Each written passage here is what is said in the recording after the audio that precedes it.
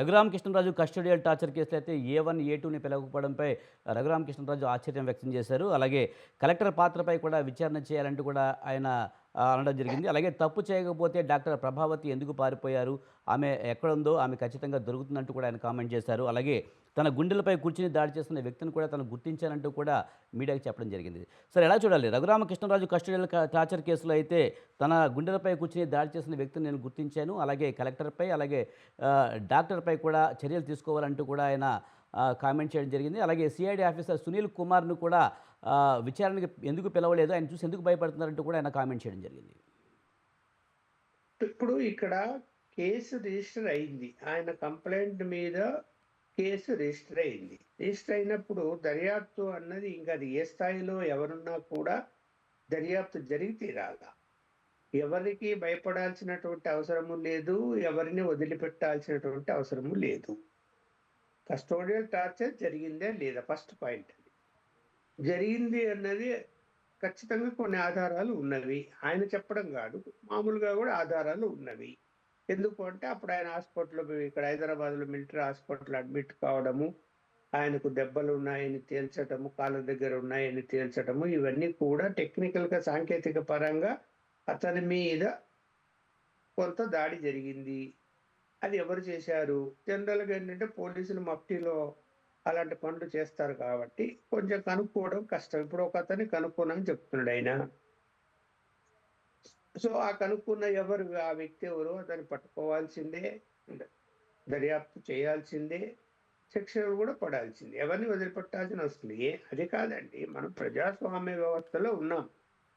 సామాన్య పౌరుడైనా లేదు parliament member అయినా ఇంకొకరు ఎవరైనా కూడా పోలీసులకు ఏం హక్కు ఉంది? అలా వేధించే హక్కు, కొట్టే హక్కు ఉంది వాళ్ళకు ఎక్కడుంది? ఈ ఎక్కడ లేవు హక్కులు. అలా రాజకీయ కక్షతో ఒకవేళ పై వాళ్ళు చెప్పారు అనుకోండి, అంటే వీళ్ళు చేసేస్తారా? పోలీసు వ్యవస్థలో ఉన్నటువంటి అధికారులు వీళ్ళకి బాధ్యత లేదా? చాలా మంది నేను చూశాను, ఇది ఈ పని చేయండి అంటే మేము చెయ్యం సార్, ఇది చట్టానికి విరుద్ధము అని చెప్పిన పోలీసు అధికారులను కూడా నేను చూశాను. ముఖ్యమంత్రి కాదు కదా, ఎవరు చెప్పినా కూడా మేము చేయలేము ఇది అని. అలా చెప్పుకోవాలి కానీ అంత లాయల్టీ ఏం అవసరం ఉందండి? నాకు అర్థం కాదు. ఇవాళ ఉంటారు అది రాజకీయ నాయకులు, రేపోతాడు. అంత లాయల్టీగా ఉండాల్సిన అవసరం వీళ్ళకి ఏం అవసరం ఉంది చెప్పండి. సార్, అలాగే ఈ కేసులో ప్రధాన నిందితుడిగా ఉన్న తులసిబాబుని పార్టీలోకి తీసుకోవడంపై కూడా ఆయన అభ్యంతరం వ్యక్తం చేశారు. ముఖ్యంగా స్థానిక ఎమ్మెల్యే తనకి అండగా ఉన్నారంటూ కూడా ఆయన వ్యాఖ్యానించడం జరిగింది. దీన్ని ఎలా చూడాలంటారు?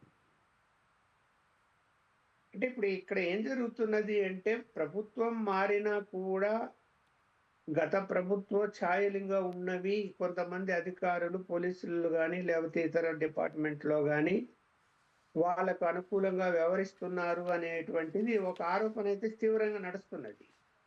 అంటే జనానికి ఇంకా విశ్వాసం కలగడం లేదు. ఇప్పుడు మనము ఈ సిఐ ఉన్నాడు పోలీస్ స్టేషన్లో, గతంలో ఉన్నాయన ఇప్పుడు కూడా ఉన్నాడు, లేదా ఆ స్టేషన్ నుంచి ఇంకో స్టేషన్ మారాడు, గతంలో ఉన్న ఆయనే. గతంలో ఏం చేశాడు వీళ్ళందరూ కళ్ళారు చూశారు కదా అక్కడ. అతని ప్రవర్తన ఎలా ఉండింది, ఏ విధంగా వేధించారు, ఎన్ని కేసులు పెట్టారు అని. అప్పుడు విశ్వాసం ఎలా కలుగుతుంది? ఆ విశ్వాసం రావడానికి సమయం పడుతుంది. ఎప్పుడు పడుతుంది? వచ్చినటువంటి పోలీస్ అధికారి నిష్పక్షపాతంగా పనిచేస్తూ తన డ్యూటీ తను చేయగలిగితేనే జరుగుతుంది. లేకపోతే ఏమైపోతుంది? మళ్ళీ అనుమానాలు వస్తాయి. దానికి తోడు వీళ్ళు కూడా ఏం చేస్తున్నారు, కొంత అక్కడక్కడ నేను విన్న సమాచారం మేరకు కొంతమంది పోలీసు అధికారులు ఇంకా లాయల్టీ చూపిస్తున్నారు గత ప్రభుత్వ పాలకుల మీద. Right sir.